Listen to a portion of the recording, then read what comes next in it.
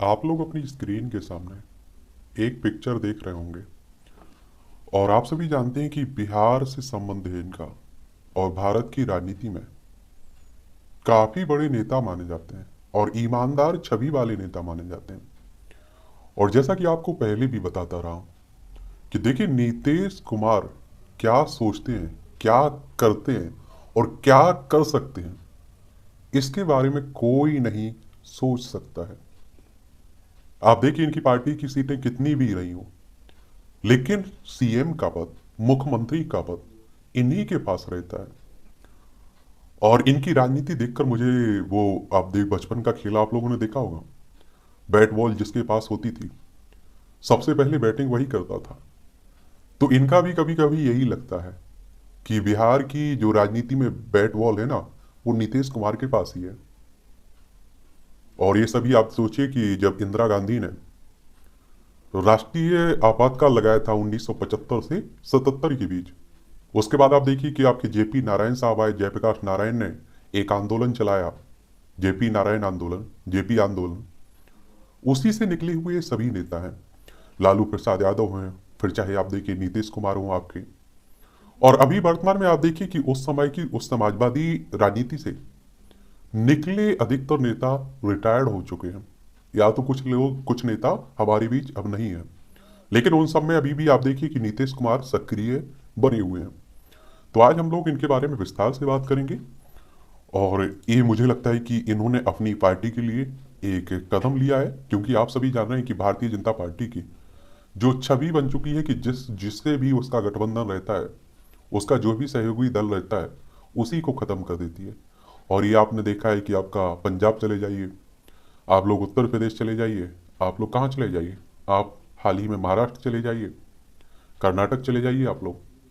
ठीक है, तो ये नीतीश कुमार के बारे में हम लोग बात करने वाले हैं। देखिए नीतीश कुमार की पत्नी, आप देखिए इनका अंतिम समय, क्योंकि आप सभी जानते हैं कि अब हमारे बीच इनकी पत्नी नहीं रही हैं। और ये आप देखिए इनकी पत्नी है और ये नीतीश कुमार है। ये आप देखिए अभी जिनके साथ गठबंधन हुआ है, तेजस्वी यादव आरजेडी के प्रमुख हैं एक तरह से आप सोचिए। बिहार में आप देखिए पहले विपक्ष के नेता थे, इन्हीं के साथ इन्होंने सरकार बनाई है अब, और बीजेपी के साथ गठबंधन तोड़ दिया। और इससे पहले पिछली बार भी आप देखिए इन्होंने जब गठबंधन तोड़ा था ना बीजेपी से, तो प्रधानमंत्री मोदी को लेकर गठबंधन तोड़ा था, और उसके बाद इन्होंने दोबारा बीजेपी में शामिल हो गए थे, गठबंधन कर लिया था। और ये आप देखिए लालू प्रसाद यादव और नीतीश कुमार, ये आप देखिए अभी कुछ समय पहले पार्टी हुई थी उसमें दिखाई दे रहे हैं। लालू प्रसाद यादव के छोटे बेटे, ये आप देखिए तेज प्रताप बड़े बेटे हैं, इनकी बेटी हैं लालू प्रसाद यादव की, और तेजस्वी यादव की ये पत्नी आपको दिखाई दे रही हैं। ये आप देखिए राउडी देवी हैं, आप सभी जानते होंगे, और ये नीतीश कुमार के बेटे हैं। ठीक है, और बिहार की राजनीति की बात हो रही है, तो देख लीजिए बिहार की राजनीति के बारे में बता देता हूँ आपको कुछ पॉइंट। देखिए बिहार आपको दिखाई दे रहा है, इसकी राजधानी पटना है, और आप देखेंगे इसकी सीमा उत्तर प्रदेश से लगती है आपकी, इसकी सीमा झारखंड हो गया, पश्चिम बंगाल हो गया, और अंतर्राष्ट्रीय सीमा इसकी आप देखिए नेपाल से लगती है। किससे लगती है? नेपाल से लगती है। यहाँ विधानसभा में अगर आप सीटें की देखें, कहाँ विधानसभा में आपकी कितनी सीटें हैं बिहार में?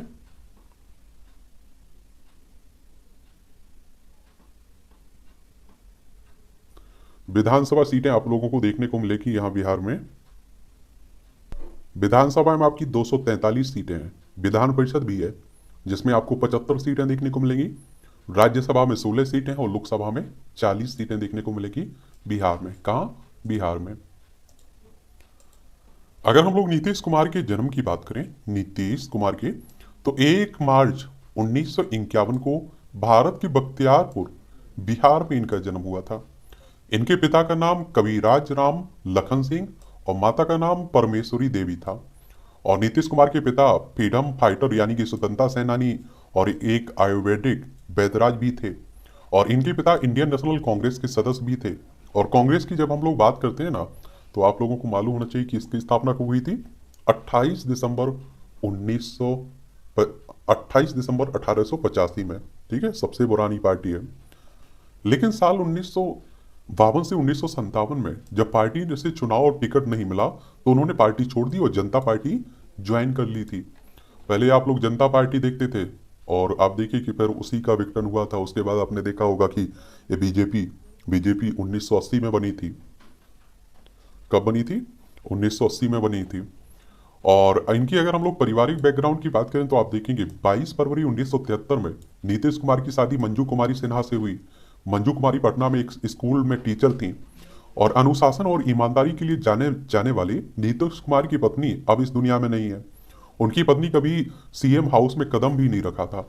मंजू का निधन आप देखिए 2007 में इनकी डेथ हो गई थी। नीतीश कुमार का एक बेटा भी है जिनका नाम निशांत कुमार है। और निशांत का जन्म आप देखेंगे 20 जुलाई 1975 में हुआ था। उन्होंने बीआईटी मेसरा से इंजीनियरिंग की पढ़ाई पूरी की है। नीतीश कुमार को किताबें पढ़ना और फिल्में देखना भी पसंद है। एक इंजीनियर है, आप सभी जानते हैं नीतीश कुमार।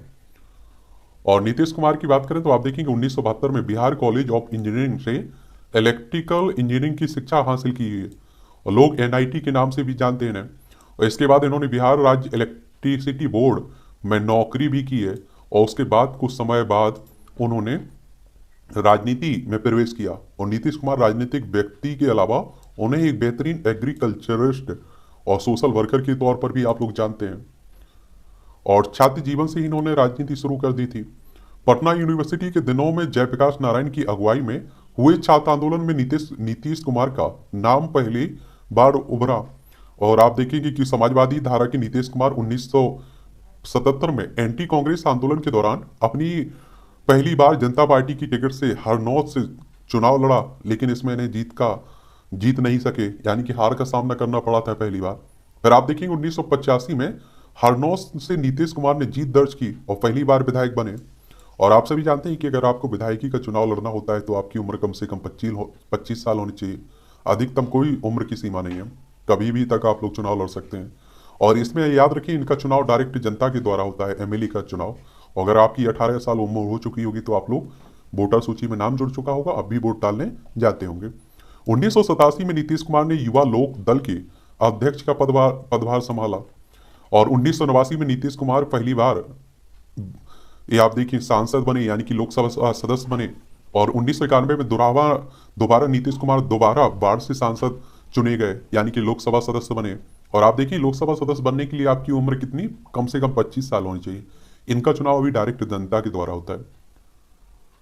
और इसके नीतीश के इसके बाद 1996-1998 में भी वो सांसद बने। और अटल बिहारी वाजपेयी सरकार में 1998 में नीतीश कुमार को केंद्रीय रेल मंत्री भी बनाया गया। हालांकि किशनगंज के पास हुए भीषण रेल दुर्घटना के बाद उन्होंने अपने पद से इस्तीफा दे दिया था। और इसीलिए आप देखिए उनकी एक छवि ईमानदारी देखी जाती है। अभी तक उन पर कोई भ्रष्टाचार का आरोप भी नहीं लगा है। 1999 में नीतीश कुमार 5वीं बार सांसद का चुनाव जीते। इस बार उन्हें केंद्र सरकार में कृषि मंत्री बनाया गया। 2004 में छठी और आखिरी बार नीतीश कुमार सांसद बने। तो आप देखिए एक मजे हुए खिलाड़ी हैं। अगर हम लोग मुख्यमंत्री के तौर पर बात करें इनके, तो बिहार के राज्यपाल फागू चौहान ने यानी कि आप देखिए 2020 में इन्हें शपथ दिलाई हुई थी। और जब चुनाव हुए थे बीजेपी के साथ इन्होंने गठबंधन किया हुआ था। और अब इस्तीफा देकर अगर आप देखिए मुख्यमंत्री बनेंगे तो 7वीं बार हो गए। और इस पूरे सिलसिले में आप देखें तो 3 मार्च 2000 को बिहार के मुख्यमंत्री बने थे, लेकिन बहुमत नहीं होने के कारण 7 दिन बाद ही उन्हें 10 मार्च को इस्तीफा देना पड़ा था। पहली बार सन 2000 में ये मुख्यमंत्री बनते हैं। दूसरी बार नीतीश कुमार ने 2005 में बीजेपी के साथ सरकार बनाई और 24 नवंबर 2005 को उन्होंने बिहार के मुख्यमंत्री पद की शपथ ली और अपना कार्यकाल पूरा करते हुए 24 नवंबर 2010 तक वो मुख्यमंत्री रहे। तीसरी बार नीतीश कुमार ने आप देखिए 26 नवंबर 2010 को मुख्यमंत्री बने और इन चुनाव में एनडीए ने प्रचंड बहुमत हासिल किया और 243 में से आप देखिए 206 सीटें जीत हासिल की थी। चौथी बार नीतीश कुमार मुख्यमंत्री बनने का वाक्य बेहद नाटकीय है। 2014 में बीजेपी से अलग होकर राजद के साथ उन्होंने सरकार बनाई। लोकसभा चुनाव में उनका खराब प्रदर्शन रहने के बाद उन्होंने इस्तीफा दे दिया था और जीतन राम मांझी को सीएम बनाया था, लेकिन कुछ गलत फहमियों के कारण उन्हें हटा दिया गया था। इसके बाद आप देखेंगे 15 फरवरी 2015 को नीतीश कुमार ने सीएम पद की शपथ ली थी और 19 नवंबर 2015 तक अपने इस पद पर आप देखेंगे वो बने रहे। और 5वीं बार आप देखिए नीतीश कुमार ने राजद के साथ चुनाव लड़े और जीत हासिल की, 2015 की बात है। और चुनाव जीत के बाद 20 नवंबर 2015 को उन्होंने 5वीं बार मुख्यमंत्री के रूप में शपथ ली थी। फिर आप देखेंगे छठी बार नीतीश कुमार के मुख्यमंत्री बनने का भी घटनाक्रम और कार्यकाल अब तक का सबसे नाटकीय घटनाक्रम है। आरजेडी की यानी कि लालू प्रसाद यादव के साथ थे, लेकिन कुछ उनके मतभेद हुए और 26 जुलाई 2017 को उन्होंने अपने मुख्यमंत्री पद से इस्तीफा दे दिया था और 27 जुलाई 2017 को उन्होंने बीजेपी के साथ मिलकर छठी बार मुख्यमंत्री पद की शपथ ली थी। यानी कि आप देखिए पहले से ही तय कर लेते हैं। और अभी भी आप देखिए कि टाइम नहीं हुआ, आज इस्तीफा दिया, तुरंत आप देखिए अपना बहुमत साबित करने की बात कर दी। तो बड़े खिलाड़ी हैं, चाणक्य भी कहते हैं कई लोग इन्हें राजनीति का। सातवीं बार नीतीश कुमार ने 16 नवंबर 2020 को 7वीं बार मुख्यमंत्री की शपथ ली और इन चुनाव में जेडीयू पहली बार बीजेपी से कम सीटें जीती, लेकिन मुख्यमंत्री पद का नीतीश कुमार ही काबिज है। और 2020 में बीजेपी के साथ गठबंधन तोड़ दिया 22 में, और महागठबंधन के समर्थन से बिहार के मुख्यमंत्री फिर से बन गए वो। और सीएम नीतीश कुमार के कुछ फैसले भी काफी ऐतिहासिक हैं और चर्चा में भी रहे हैं।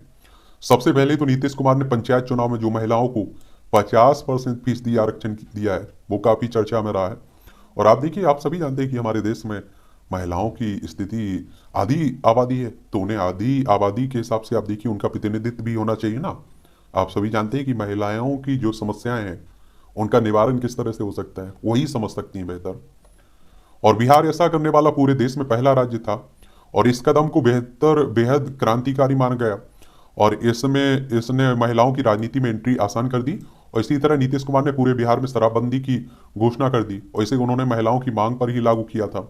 और नीतीश कुमार के इस कदम को महिलाओं ने भारी मतदान करके सही भी साबित किया है। और आप देखिए कई राज्यों में आप बात करके देखिए शराबबंदी की, वो तुरंत मना कर देते हैं क्योंकि सबसे ज्यादा आय होती है इससे।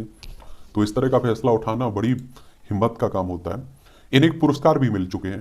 अणुवीर सम्मान श्वेतांबर 13 पंथ महासभा जैन संस्था द्वारा बिहार में शराबबंदी लागू करने के लिए 2017 में पुरस्कार मिला। जेपी स्मारक पुरस्कार नागपुर मानव मंदिर 2013 में। फॉरेन पॉलिसी मैगजीन के टॉप 100 वैश्विक चिंतक लोगों में 77वें स्थान पर रहे हैं 2012 में। XLRI जमशेदपुर द्वारा सर जहांगीर गांधी मेडल 2011 में मिला था। MSN Indian of the year 2010 में दिया गया। NDTV Indian of the year राजनीति में 2010 में। Forbes India person of the year 2010 में। CNN IBN Indian of the year award राजनीति में 2010 में। NDTV India of the year राजनीति में 2009 में। Economics time business reformer of the year 2009 में। पोलियो उन्मूलन चैंपियनशिप अवार्ड 2009 में रोटरी इंटरनेशनल द्वारा। CNN IBN great Indian of the year award राजनीति में 2008 में इन्हें दिया गया। अब आप देखिए, स्वाभाविक सी बात होती है, किसी पद पर होते हैं आप लोग इस तरह, तो विवादों का जुड़ना भी स्वाभाविक सी बात हो रहती है। तो इनसे जुड़े हुए कुछ विवाद हैं, इन्हें भी देख लीजिए। नरेंद्र मोदी को एनडीए के प्रधानमंत्री के उम्मीदवार के रूप में चुने जाने के बाद 2014 के आम चुनाव से पहले भाजपा के साथ अपना गठबंधन तोड़ दिया था, तो उस समय भी काफी चर्चा में रहे थे। और 2015 के बिहार चुनाव में लालू प्रसाद यादव के अपने लंबे समय से विपक्षी राजद और कांग्रेस के साथ उनके गठबंधन की अत्यधिक आलोचना भी की गई थी। 2015 के बिहार चुनाव के दौरान एक तांत्रिक से मिलने का उनका एक वीडियो भी वायरल होने के बाद विवादों में आ गए थे। 2010 में अपनी आबकारी मंत्री जमशेद अशरफ को बर्खास्त करने के बाद अशरफ ने उन पर शराब पर कर चोरी कांड का आरोप लगाया था, जिससे राजस्व में 500 मिलियन रुपए का नुकसान हुआ था। बिहार के सीएम जीतन राम मांझी की नियुक्ति और बर्खास्ती से भी खूब बवाल मचा था और राजद और कांग्रेस के साथ गठबंधन तोड़ दिया और 24 घंटे में भाजपा और एनडीए के समर्थन से बिहार में सरकार जब बनाई थी 2017 में, उस समय भी आप देखिए चर्चा में बने हैं और आज भी चर्चा में बने हुए हैं। और मुझे नहीं लगता है देखिए नीतीश कुमार ने कोई गलत कदम उठाया है, क्योंकि अगर आप देखिए कोई भी अपनी पार्टी के बारे में इतना सोचता तो वो भी यही करता।